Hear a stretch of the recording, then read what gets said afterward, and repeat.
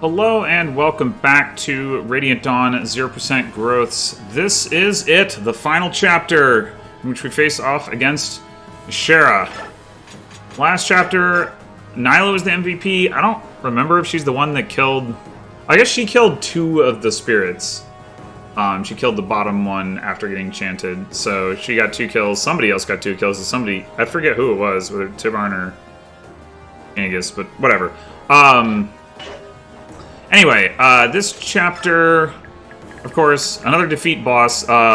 Similar-ish, like, concept to what we had last chapter with Laryn or Sephiran and the spirits surrounding him. This time they're these auras rather than spirits, and the difference is that rather than counterattacking, with like an actual weapon, what they do is they reflect half damage back at you with this Aurora ability, causes half of all damage received to be reflected back upon the assailant. And you have to kill them in order to even be able to attack. It's not like, with Sephiran, you can attack him if the spirits are next to him, and just maybe you won't kill him, or maybe definitely. I'm not 100% sure about that part, but with these, you can't even attack Sharur until all of the auras are gone. Fortunately, that reflector ability is a skill, which means it can be negated by Nihil. So attacking these things is not actually dangerous if you got Nihil, or Parity. You can use Parity as well. Mostly the challenge is just that they have a lot of HP and a lot of speed and a lot of defense and a lot of res, and they're on cover tiles and wardwood tiles. The cover tiles are in the corners, the wardwood tiles are in the middle. And all of that just makes them hard to take down quickly. And then, like, the dangerous part is potentially some of the stuff that Sharur can do on enemy phase. And now we can get to that later, but yeah, like I said, the challenge, generally speaking, isn't like the damage that you take from these things. It's at least if you know to use those skills, it's the enemy phase stuff. And then fighting Sharur herself, she will counterattack with a 65 attack magic weapon, which is, a lot of damage at 40 speed as well. And that's the other thing. So, I mean, these things are already 35 speed like Sephiran. So, again, we can't... The only people who can double without white pool support are Tibarn and Nisala. And then if you, with white pool support, we can also get Gifka, Kainigus, Nyla, and Stefan doubling. But then Sharur, like 40 speed, the only people who can double 40 speed are Tibarn and Nisala with white pool support. So she's very fast. Anyway, so, speaking of the Nihil and parity stuff, because of the cover tiles, we want to be able to use parity to neutralize the effects of those, not just the effects of the reflected damage. So I've given parity to Nisala and to Tibarn. The idea here is that number one, they have Canto. Number two, they double without needing white pool support. So if you use parity, white pool doesn't activate. So they can't, like, the fact that they don't need white pool to double these guys means that, like, they work the best for parity because the fact that they're canceling the white pool out doesn't matter. And then Sharur herself doesn't do the damage reflection thing or have any other skills that we need to cancel out. So it actually, like, having Nihil or parity against her doesn't matter. So yeah, the two of them have parity, and then the Nihil users are Kainigus, Nyla, and Gifka. I actually gave one to Scrimmer, thinking like he had the most like single attack damage of any of the other characters, and then he ends up not like really doing anything, but it doesn't really matter because nobody else is like taking damage anyway, because if you kill the aura like with your attack, then you don't get the reflected damage, so it doesn't really matter. What else is there to mention? I've got Celerity and Pass on Raphael and Pass on Nasir so that we can get them into position conveniently. Most of the other skill stuff doesn't really matter. I did do a couple of new supports. So I've got Ike supporting Stefan, which gives him +9 hit from Stefan's Heaven Affinity. Ike's hit rate is absolute trash in this chapter, and he needs all the help he can get to be able to actually take down Sharur, which of course is required to beat the game. You have to deal the final blow with Ike. And then, for similar reasons, Stefan has a support with Raphael, who also has Heaven Affinity. The other supports don't really matter. It's Nyla Scrimmer gives attack, Kainagus Gifka gives attack, Nisala Tibarn gives attack when they're not using parity. Yeah, it doesn't really matter for the most part. It is nice having Stefan get the hit rate as well, because his hit rate is not like the greatest either. And the one other thing I should mention is I gave my last energy drop to Tibarn. I actually strongly consider giving it to Nisala, but I think the damage distribution works out better having a little bit more damage with Tibarn and a little bit less damage with Nisala, just because of like how the numbers work out. Yeah, it's kind of hard to explain, but without like getting way into the weeds. But I think it just works out better that way. I think it conceptually it should work equally well in either one of them, but just ends up being better to do it that way. And then I actually gave my last Draco Shield to Raphael because Ashera's turn 1 enemy phase attack is a big AoE physical attack, and Raphael needs that 2 defense to survive. At least I think he does. He certainly is like the one who's the most likely to die. I can't. He might. I changed my configuration around a little bit. He might actually survive with like 4 HP or something, but it's not a lot. I've also got a talisman that I actually still have not used. So I guess like leave a comment if you can think of a way that a talisman could do something at some point in the run, or if I should have just sold it. I wish I'd sold it, my talisman, instead of the secret book that I got in 2-2, I guess. Because I would love to be able to give Ike a secret book right now, but oh well. Anyway,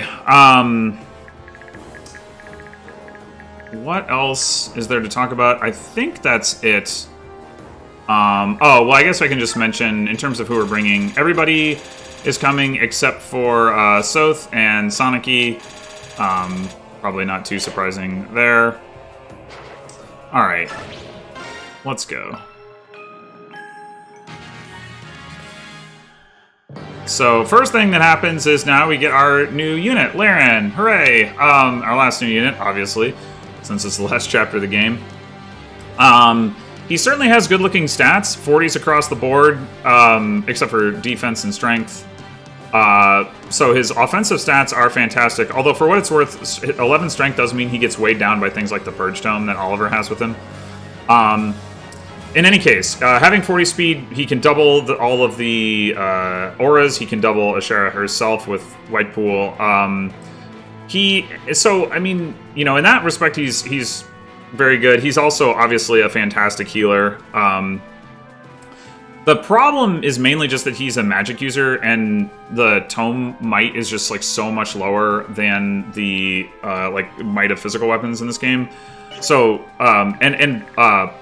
the auras have the same defense and res, and then Ashera herself has more res than defense, so he's not like dealing a ton of damage. His best contributions are definitely to attack the auras in the corners on the cover tiles, because like the ones on the Wardwood tiles have 40 res and 30 defense. He's not doing a ton of damage to them, but the ones on the cover tiles, a lot of other units are struggling to deal enough damage to because of the 40 defense that they have, and he can cut through that pretty effectively. Unfortunately, with his starting position, he cannot quite reach either of the ones on the cover tiles with a regular weapon, which is why it matters that he doesn't double with the Purge Tome, because it weighs him down by like 5. So he's only got 35 speed with it. But the other problem is, yeah, the Rex Aura, which is our SS Light Tome. He uses Light and Dark Tome. So the best tome he's got access to is the Rex Aura, which only has 12 might, which is not like really that much. And if he could use like an 18 might weapon, say, like obviously he'd be doing an additional 12 damage, and that would be a lot better. Which is not to say he's like a bad unit or anything. He's really useful, but it is kind of annoying that like that his damage is sort of like capped out so hard just by being a tome user, although it is still like really nice to have him be able to take out these cover tile guys. Like we've got the parity on Nasala and Tibarn to help with that, but Laryn definitely puts in some work there as well. It is worth noting you can get him a higher might tome with the Balberith, I think it's called. That's the SS Dark Tome that Izuka has, but in order to bless that so that it can do anything in this chapter, you have to bring specifically Peleus to the tower because he's the only one who can equip it, which is like, I don't know, why would you ever do that? So, yeah, we didn't obviously do that. Anyway, so I think we're ready to get started now, so let's do it. First thing we're going to do is have Tibarn come up and shift and use parity to attack this aura bypassing the cover tile. And we're going to set up a chant over on this side, including him and Nasala, who also is going to chip this one. And he's not doing as much damage, of course. And this sort of speaks to like why the reason I wanted to part of the reason I wanted to give the energy drop to Tibarn and not to Nasala is because we're going to be able to much more easily deal like a big chunk of damage to this thing. So we're going to like leave this thing at as low HP as possible. There's some other situations like that come up. I mean, you could probably make it work either way, really, but this is the way that I went. So next up, we're going to have Gifka come up here and transform and get ready to get chanted. And then Nasir is going to come up here and provide the speed boost to Kainigus to allow him to double this aura and kill it with some overkill damage. I tried really hard to find ways to deal like exact damage and not waste damage, but it's just not really practical.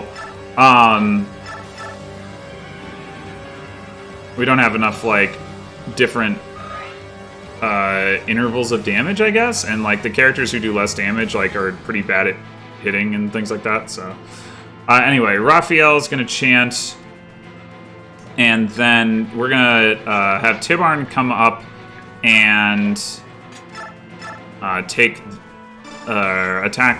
this aura, which is not one of the ones on the cover tile, and so that is going to enable Nyla to come up and finish it off. She would not be able to do so if it were one of the ones on the cover tile. She has Nihil, but she doesn't have parity. She'd only be dealing 14 damage to this one. Then we're going to have Ina come up here and shift and rescue Nasir. And Renning is going to come up and drop Nasir off right here so that we can get some more speed +5 action going on, and then is gonna just park right there. I guess I forgot to mention I've got a couple of provokes on people. I've got one on Renning and one on Kainigus. The reason being we're not transforming Nasir, and Nasir can like totally die. I mean, he's only got 21. He's got 21 res, which is like a fair amount, but like if he's getting doubled, you know, by a bunch of different spirits that are attacking him and then getting hit by this big shockwave thing, like he can definitely end up dying. So we've got some provoke to, I think I had my cursor on Kainigus, but Scrimmer is actually down here. Anyway, we got some provoke on, they end up going for Scrimmer, unsurprisingly, because I swear Scrimmer is one of those units that has like built-in provoke, even though he also comes with provoke. Anyway, it certainly works better on him than on Renning. I guess Renning ends up standing on a Wardwood tile. That's probably part of the reason. So, anyway, next up, we're going to have... no, just kidding. We're going to move Kainigus first. We're going to have Kainigus attack this guy with the speed support. Also strength support. We don't really need the strength support here. That just happens to end up being the case that Ina is there. And actually, he could have one-rounded if we could have moved Gareth here first. Which you're going to do to rescue Raphael. Raphael's got to get further back or else he's going to die to the shockwave. But yeah, we could. I tried to think of a way to like set Kainigus up to just like one-round this thing with like the double support, but There's not like a way to get them all into position. Even if like, you know, because like if Kanegus were here, then in Nasir's like over here, you know, then he's not getting the support for the first attack, blah, blah, blah. Anyway, and then Ike is going to take Raphael and drop him off. Now he's on a cover tile, so he'll have some extra defense against that shockwave. And that is going to put Ike in range of Stefan for the support that Stefan wants for the extra hit rate against that for that attack. And then we got Shinon gonna come up and with some plus hit support from Ina and from Raphael, who is in range, support range. Gonna do some damage. Not get the kill. This is the one of the ones on the cover tile, but he's gonna set up the kill for Oliver.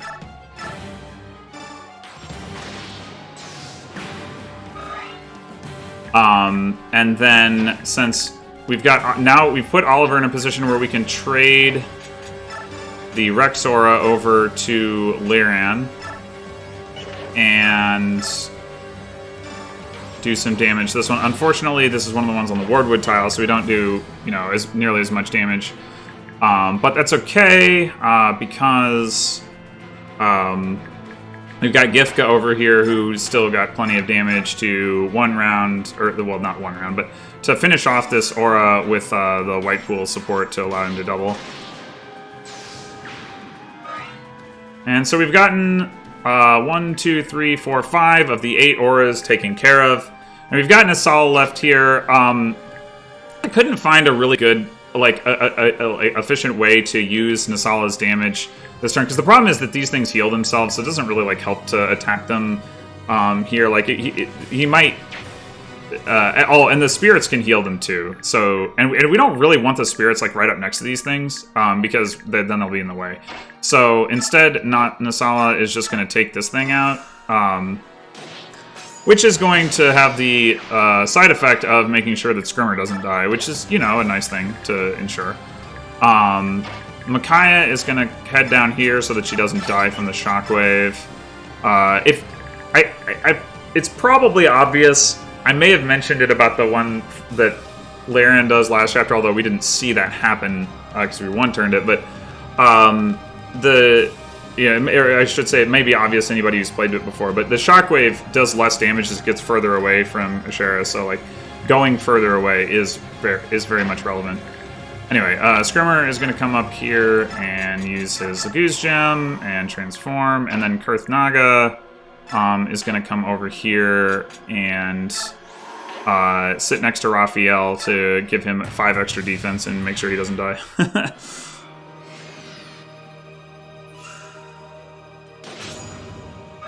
Oh yeah, Skirmer has Pavice. Forgot. He doesn't... I don't think he actually needs to not get hit. I'm pretty sure he doesn't, but...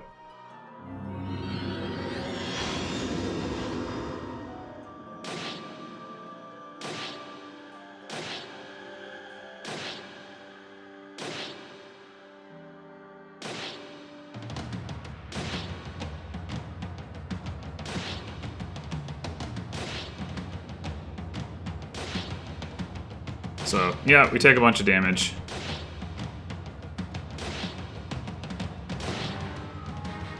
Yeah, he does. Okay, Raphael does survive with 4 HP. I didn't actually need to give him the Draco Shield, but what?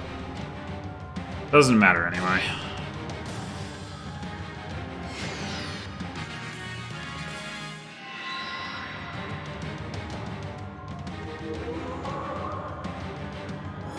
And now we're gonna get a whole bunch of healing animations. I put some, like, renewal and stuff on people. None of it ends up really mattering. I had some concerns that this would end up taking 3 turns. Turns out it does not. Okay. So, the first thing we're going to do this turn is we're going to have Nasala come here and start working on the auras at the top.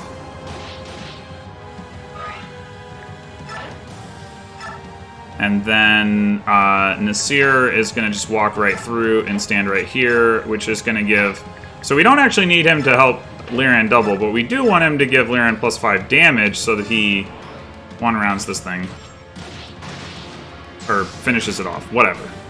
Which he would be like 2 damage short of doing otherwise. And then that puts him in a position where Kanagus can double this one.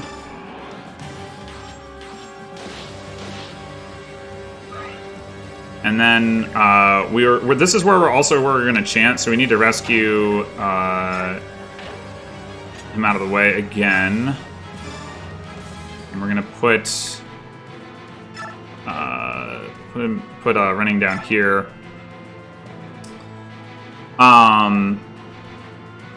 And then now that we've made room, we can have Tibarn some damage on this one. And then we need to get... we're going to shove Raphael because he doesn't quite make it up there. So we need somebody to... Or we need to get Kurth out of the way. So we're going to have somebody want to drop Nasir anyway so that we can get the white pool support again. So we drop him here. And then we can have Micaiah make a real contribution. Shoving Raphael to come up here and chant. And then... Alright, I think at this point, I'm going to go ahead and create a save state. Because we've made all of the attacks that we need, that we're required to make in a specific order before we start setting up for Ike to take down Ashera. Which, like I said, his hit rate is garbage. Now, I did, what am I going to say?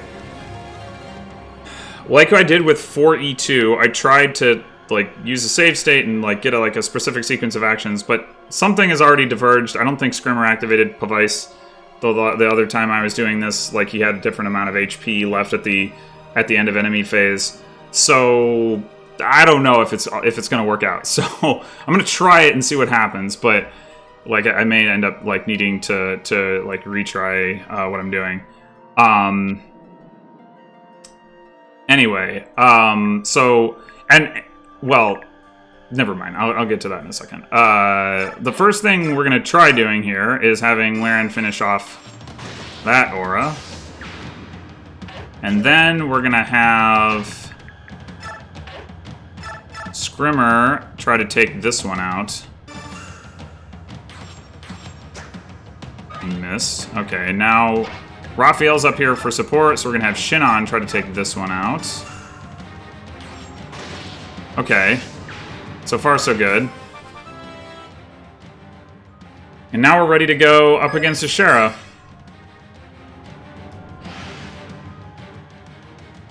So, is at this point, when I was, I'd gotten here in my test attempt to run through the chapter and try to figure out, what I was going to do, and I was looking at, okay, in what order, where do I want to put the dragons for the Blood Tide support? We've only got a couple people that we need that need white pool, right? Tibarn wants to double, Nisala wants to double, Kanagus wants to not get doubled, and that's it, I think. So I wasn't too worried about having multiple spaces for Nasir to be adjacent to an attack. I really just wanted to put the dragons here and here, but that meant okay, we need to move Stefan first, and what are we going to do there exactly? So I was I was like, okay, well, what can Stefan do if we just attack and wait a minute, Stefan's doubling. Why is Stefan doubling? That's weird. Oh, right. It's because the judge weighs 16, and it weighs a share down by 8. I swear I forget this every time I play Radiant. Every time I play Radiant, I forget about this, because it's been such a long time. By the time you get to this point in the game, it's been such a long time since weapon weight has been a consideration for anyone except Sonicy. Like, that it just, like, totally goes out of my mind. I'm like, yeah, I just gotta, you know, like, she's got 40 speed. Like, that's what I gotta deal with. So, like, I'm pretty sure if she actually had 40 AS, and I mean, it even is up in the upper right. I just, you know, I tend to look at the speed rather than the AS, which I really shouldn't, I guess. But, I'm pretty sure if she had 40 AS, this would still be doable. It's just that, like, then I would have fewer RNs to burn to make sure that Ike landed his freaking hit. But as it is, it turns out we've got some significant wiggle room to work with, thankfully. So we can, like, make different attacks to try to make sure that Ike,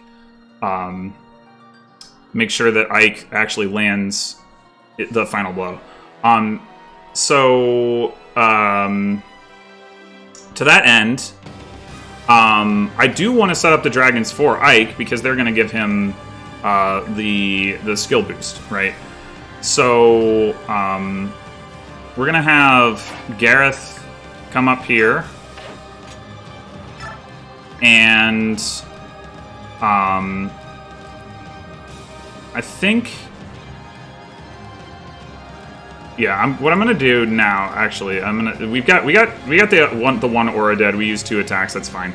I'm gonna actually save state it again, and then we're gonna move Gift Cat out of the way. But we might, like, end up wanting to actually have him attack something, right? Depending on how things go. But in terms of, like, dealing enough damage to Ashera to get her into range for Ike to kill, that's pretty easy. We can have Nasala come up here and do nearly 60 damage, and then Tibarn can also, no, just kidding. Can do 60 damage. There, that's yeah. We don't need to do 80 damage. I mean, we could do 80 damage, but we don't need to. And we can't do 80 and then 60, obviously. So,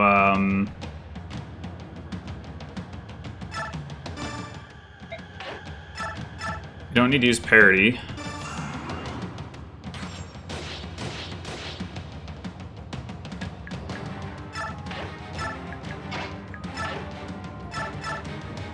Oops, I keep doing that.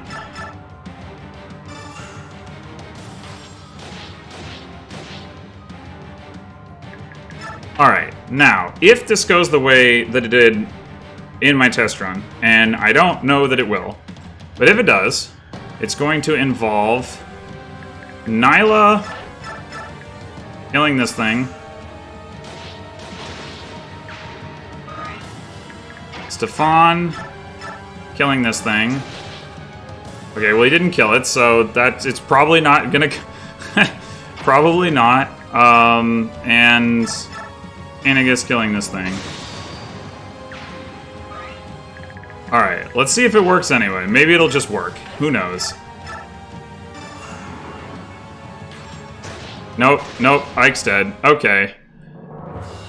Back it up, back it up, back it up, back it up. Boink. Alright, let's... Well, there's no reason not to make these attacks. Maybe I should save state after these 2 attacks, because we gotta use somebody to, you know, to deal some damage. I really was hoping that it would stay consistent here, because... Oh, I forgot to move... Oh, you know, I guess I actually don't need to move the dragon yet. Because Ike deals 14 damage with the dragon support anyway. Alright, let's just have, I don't know, let's have Gifka go attack this thing, let's say. And Ina. Into position. And Ike. Try again. Nope. Alright, well, this is definitely the best way to end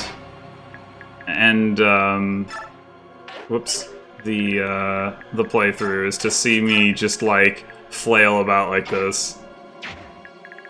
Alright, let's move Ina first. Let's do this.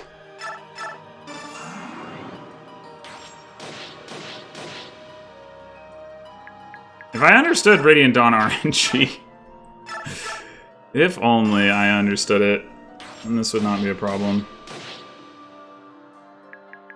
Alright, I'm just gonna save state this spot here, and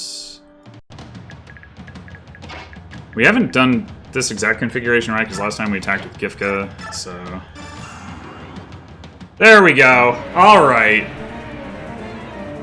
All right. I think this has gotten pretty loud. It has a tendency to do that. Let me see if I can adjust that downwards.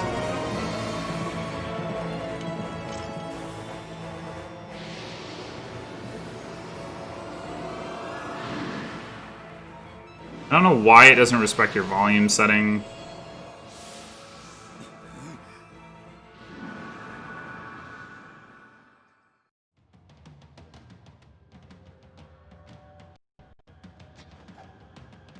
Oh, hey, right, we get the cutscene. Good job, Ike, you did it. We're all very proud of you. It's definitely all you putting in the work there. I don't know, I shouldn't be too harsh on Ike. He put in a lot of work in a lot of chapters. Maybe a lot of chapters is too much, but like once he got the Ragno, it was like 311, 3E, and 4-1. He put in some work in 4-4 as well. Alright, we can skip. Actually, maybe I could have skipped the whole thing. I don't know. I wouldn't have had to mess with my volume settings. I just want to see the credits thing.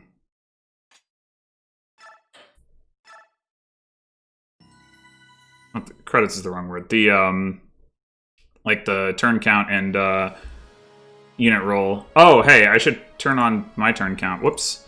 Yeah, 2 turns. There you go.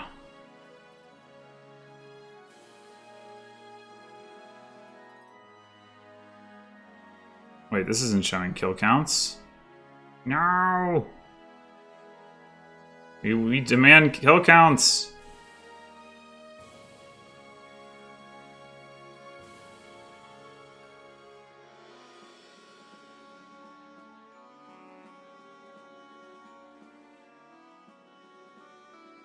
I think it may have gone back to normal volume now, so it's probably like really quiet.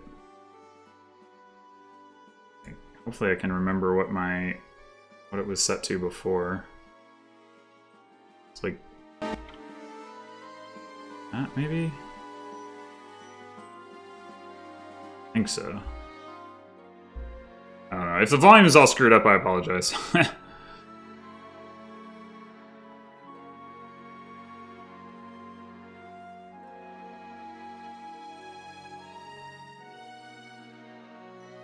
Yep, superb work, Ike. we definitely didn't need to save scum in order to get you to hit Ashera. You definitely didn't have max negative biorhythm to screw it up. I wonder if, like, the, like, truly, like, elite LTCers, like, fix biorhythm in a situation like that, or if they just like, figure, well, they're gonna save scum, or not save scum, like, you know, RNG manipulate anyway, so. Who knows? Well, I'm sure somebody knows, but I don't.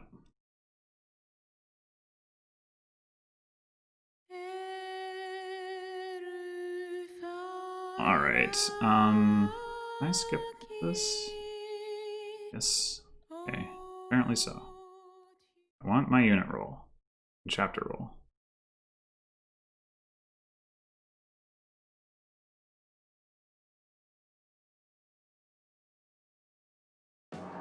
There we go. Alright, so I have a turn count of 206. Let's see if it matches. Unlike my Path of Radiance playthrough, there's no prologue chapter that I didn't count to screw it up. Or shouldn't be, anyway.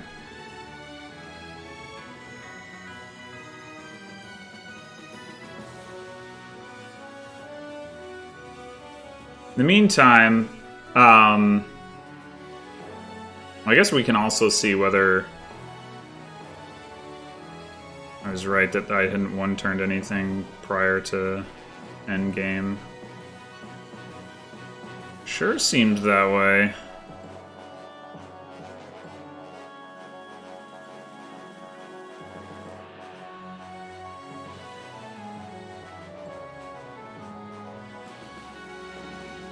Is it gonna give me a total turn count? Maybe it's not.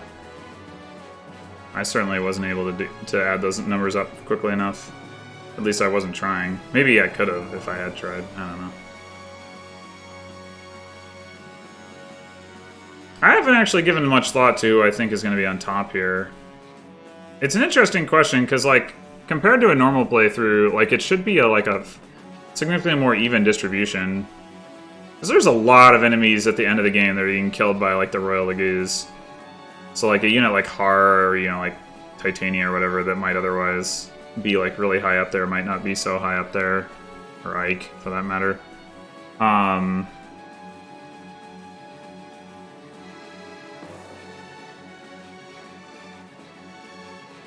Girth Naga got 4 kills.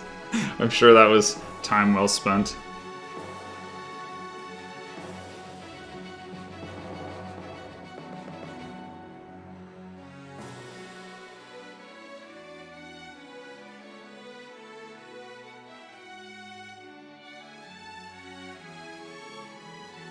Candigus and Gifka only getting 11 actually feels kind of low, but the tower chapters are pretty fast. It's really only for E1 that there's like a lot of kills to go around.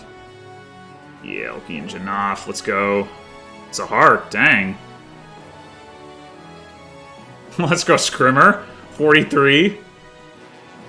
Torineo, 51. That's some serious business. Wow, Sotha's 6th. Okay, Sahar and Titania are up here. And so is Ike.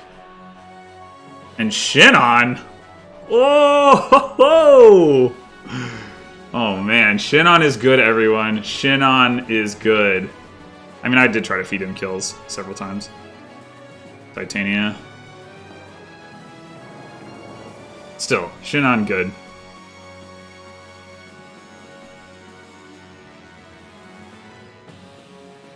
R, okay.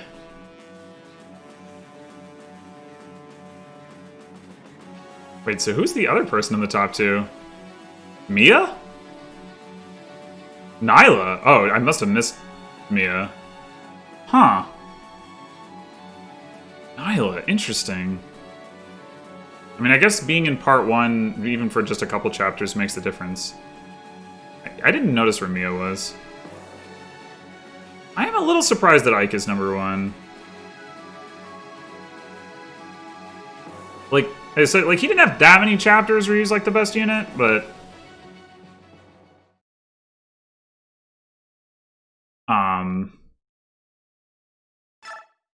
Anyway, alright, I guess we get to stare at the save screen now while I give my closing thoughts. So, I mean, I love Radiant Dawn. It's my favorite game in the series. Playing it this way was definitely a lot of fun. I'm sure I complained about a lot of things like as I went through, but overall, I mean, it definitely presented like probably the most like varied set of challenges of any of the games that I've done 0% growths on. It is, I would say, overall probably the easiest end game of any of them. I mean, that's probably not too surprising because you got like the Royal Lagoos, obviously. Like specifically getting those 2 kills with Ike is not. It's not even really hard, right? It's just like you have to just like RNG it. But like everything else, you know, other than that is like in the tower is like pretty easy. Like part 4, the pre-tower part 4 is way harder. Like that feels like the real like, oh my gosh, these are like, you know, these maps are crazy. And then you get into the tower and it's like, oh, this is fine. Which isn't, yeah, I mean, it makes sense. I'm not sure why I didn't anticipate that being the case, but I didn't really, I don't know. I expected the tower to be like a little bit trickier than it was. I guess I kind of always forget how much smaller the tower maps are compared to the pre-tower part 4 maps. That's probably part of it. And like you can just it's not just that you only need to kill the boss, but that you can get there quickly. But in any case, I mean, there's so much other, so many other parts of the game, to think about, like part 1, part 2, and part 3. I think, gosh, what is like the most interesting? I mean, certainly part 2 is like very similar to playing the game normally. Probably the most similar overall, to playing the game normally, because the only characters that like really are affected by that are like Har and maybe Marsha a bit. Not even that much really, but some. And even Har, it's like it only really matters if you're trying to like 1 or 2 turn clear 2E. Otherwise, you wouldn't really notice the difference too much. And then, yeah, part 3 feels very different, which is really interesting. Like part 4 certainly feels different too, but like if part 4 feels like itself like cranked up, like normally in part like the pre-tower part 4 is pretty challenging anyway, but you have more good units. Here it's like you have to really find like all of the ways to take absolute advantage of those like handful of good units that you actually have at that point in the game in each army. But like part 3 really changes the dynamics a lot. Like I would say maybe even more so than like the pre-tower part 4, because normally the Grail mercenaries just kind of cruise through part 3 like without too much difficulty, but with 0%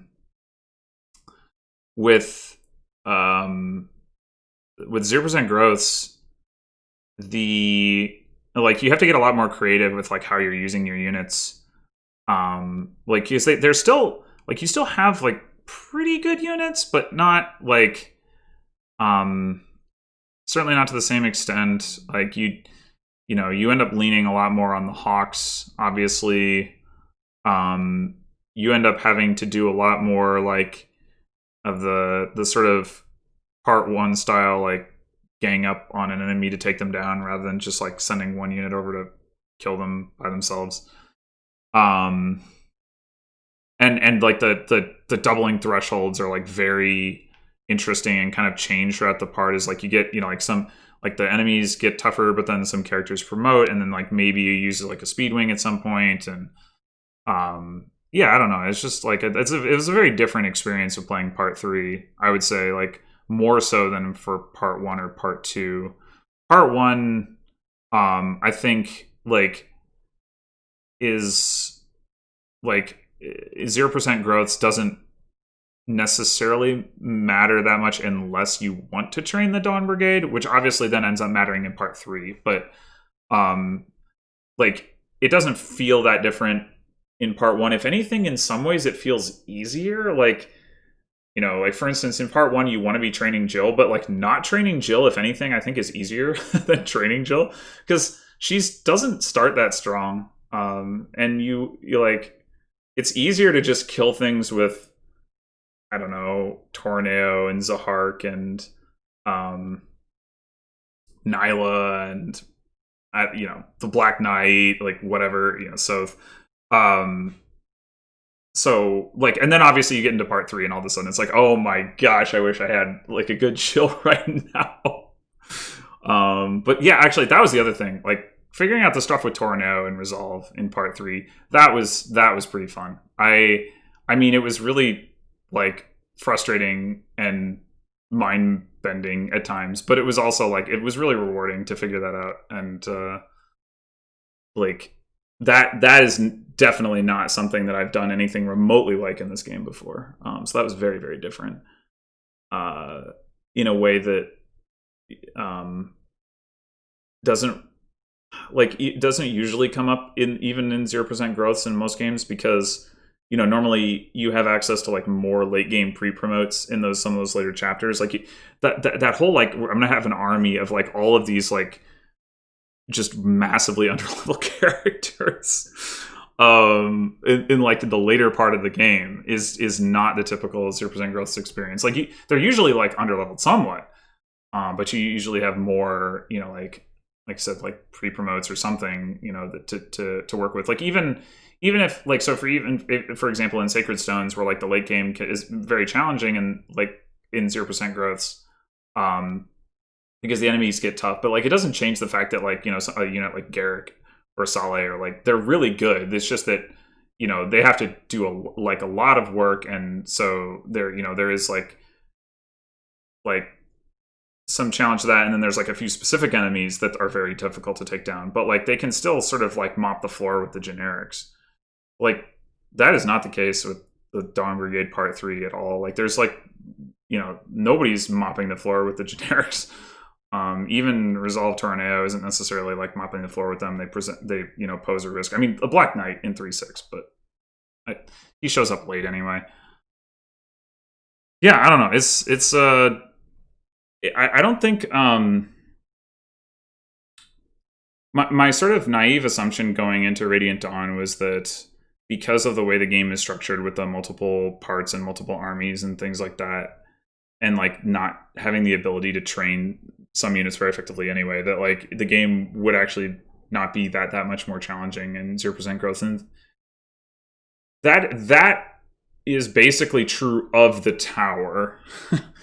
And I guess part 2, but the rest of the game, like, you know, it's not, and as much as, at least not as much as I thought. And if anything, I think it's in some ways it's more challenging than other games, just because like you don't get all of your good units together until the tower, so you can't, you know, like that's why the tower is easier, is because it's like all of the good units are there that you get at the end of the game. But in other games, like they're all there like the whole time as you're accumulating them.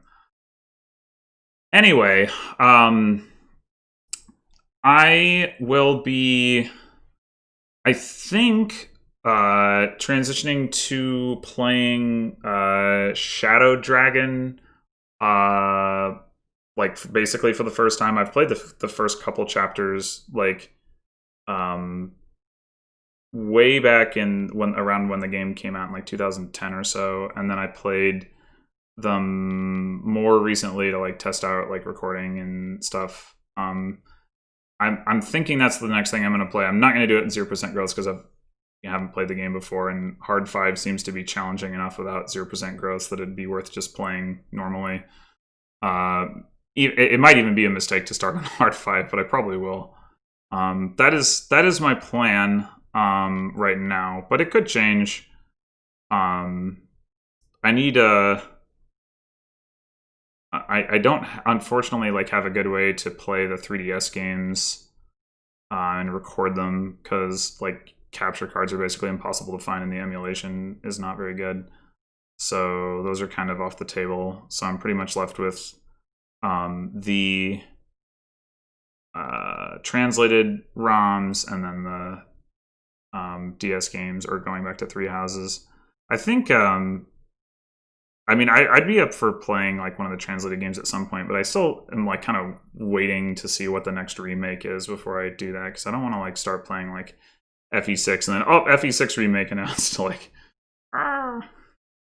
so yeah, that's my plan. But I don't know, by the time this goes up, maybe I'll have changed my mind. In any case, thank you for watching. If you've stuck through this playthrough, I really appreciate that. I've had a lot of fun with it. I hope it's been interesting and enjoyable, and I hope to see you next time I upload, you know, whatever I end up uploading next. So until then.